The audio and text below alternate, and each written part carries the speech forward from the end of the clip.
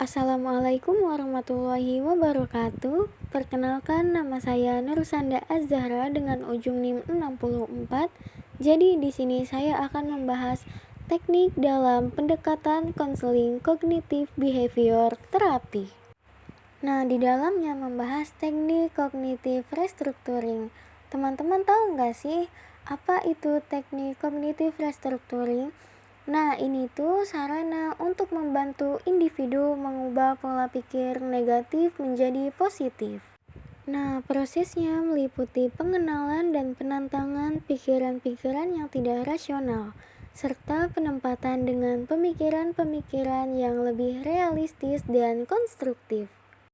Nah, tujuannya untuk apa? Jadi, tujuannya untuk memusatkan perhatian pada upaya mengidentifikasi dan mengubah pikiran-pikiran disfungsional atau pernyataan diri negatif menjadi keyakinan baru yang lebih rasional dan adaptif, yang akan berpengaruh terhadap tingkah laku yang lebih rasional. Nah, di dalam teknik kognitif restructuring ini ada distorsi kognitifnya ya. Yang pertama ada gegabah dalam mengambil keputusan. Yang kedua berpikir akan tertimpa bencana. Yang ketiga pola pikir terpolarisasi. Yang keempat labeling. Yang kelima blaming. Yang keenam mental filtering. Yang ketujuh, menyamaratakan suatu peristiwa dengan peristiwa lainnya. Yang kedelapan, pola pikir personalisasi. Yang kesembilan, pola pikir seharusnya. Dan yang kesepuluh, abai terhadap hal yang positif. Selanjutnya ada prosedur teknik kognitif restructuring. Nah, prosedur ini ada 6 ya teman-teman. Yang pertama ada rasional perlakuan. Jadi di tahap pertama ini mencakup penjelasan tujuan dan prosedur perlakuan. Nah, yang kedua ada mengidentifikasi pikiran negatif pada situasi masalah. Yang ketiga, pengenalan dan latihan coping thoughts. Yang keempat, pindah dari self-defeating ke coping thoughts. Yang kelima, pengenalan dan latihan penguatan diri. Dan yang keenam, ada tugas rumah dan tindak lanjut. Setelah itu ada efektivitas teknik kognitif restructuring. Nah, teknik ini dapat dikatakan efektif untuk mereduksi prokrastinasi akademik karena mampu mengubah pikiran-pikiran yang negatif terhadap tugas-tugas tertentu yang tidak produktif. Apa sih prokrastinasi akademik itu? Nah, prokrastinasi akademik ini diartikan sebagai suatu penundaan yang dilakukan secara sengaja dan berulang-ulang dengan melakukan aktivitas lain yang tidak diperlukan dalam pengerjaan tugas yang penting. Hal tersebut mengindikasikan adanya pemikiran disfungsional atau pernyataan diri negatif yang irasional. Berkaitan dengan hal tersebut, dengan adanya upaya konselor dalam mengidentifikasi dan mengubah pikiran-pikiran disfungsional pada konseli, diharapkan mampu mengubah pikiran disfungsional tersebut menjadi keyakinan baru yang lebih rasional dan adaptif, sehingga akan membawa pengaruh terhadap tingkah laku yang rasional. Nah, jadi tadi adalah penjelasan mengenai teknik kognitif restructuring ya teman-teman. Selanjutnya kita masuk ke pembahasan yang kedua yaitu teknik journaling. Teman-teman tahu nggak apa itu teknik journaling? Jadi journaling ini merupakan kegiatan seseorang dalam menuangkan segala sesuatu yang dipikirkan dan yang dirasakan dalam bentuk tulisan.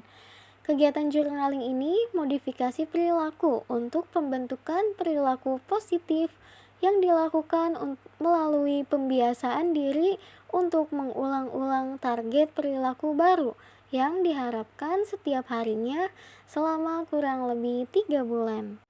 Journaling ini punya tujuan dan manfaatnya nggak sih? Jawabannya punya ya. Journaling ini bertujuan agar ide, gagasan, dan perasaan dapat dipahami dengan baik dan jelas.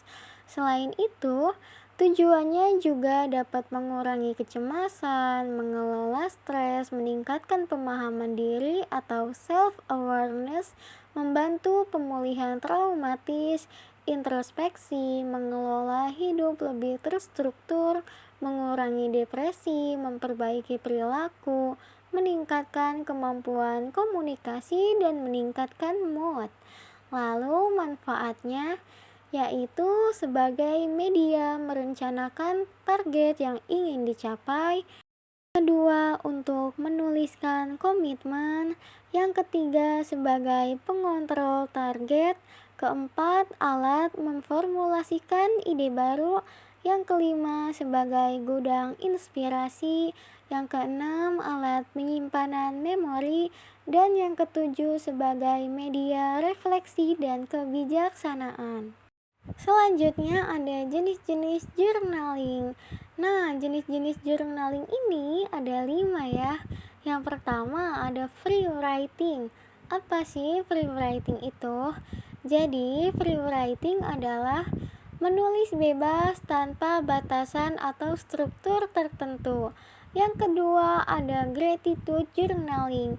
Jadi, ini itu fokus pada hal-hal yang kamu syukuri setiap harinya. Yang ketiga ada goal journaling. Ini itu menulis tentang tujuan yang ingin dicapai dan langkah-langkah untuk mencapainya. Yang keempat ada art journaling. Jadi art journaling ini sesuai sama artinya ya. Art itu kan artinya gambar.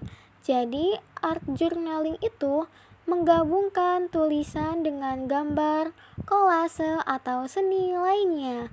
Nah, yang terakhir ada prompted journaling. Apa sih prompted journaling ini?